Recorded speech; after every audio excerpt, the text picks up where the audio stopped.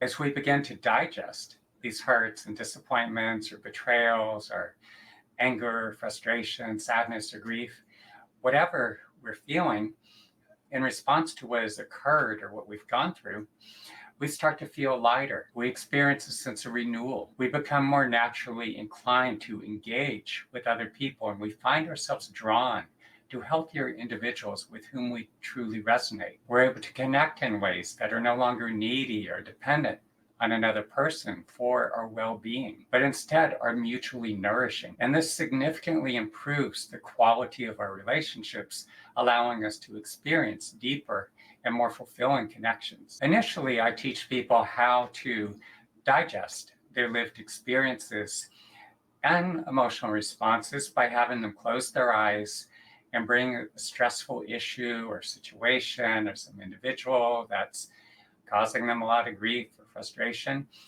have them bring that to the forefront of their awareness. And I ask them to notice what they're feeling within their body, where these feelings or bodily sensations situated, to immerse their awareness in the depths of those feelings and sensations and breathe very softly and deeply. And yes, it's important for us to take time apart where we can do the deep internal work in order to digest our lived experiences.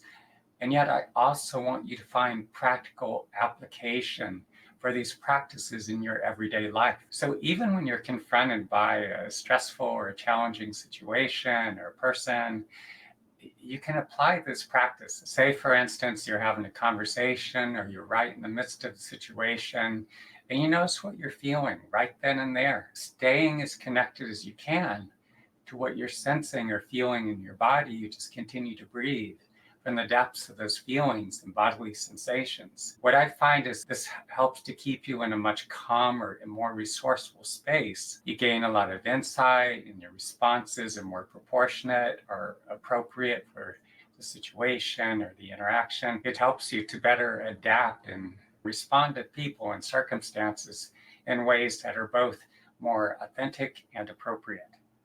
Another thing to be mindful of is that so many of us tend to breathe high up in our chest. But the problem with shallow breathing is the stresses and distressing emotions tend to get lodged within our body. It prevents us from processing or digesting the stresses and our emotional responses. The best of your ability, I encourage you to be mindful of your breathing.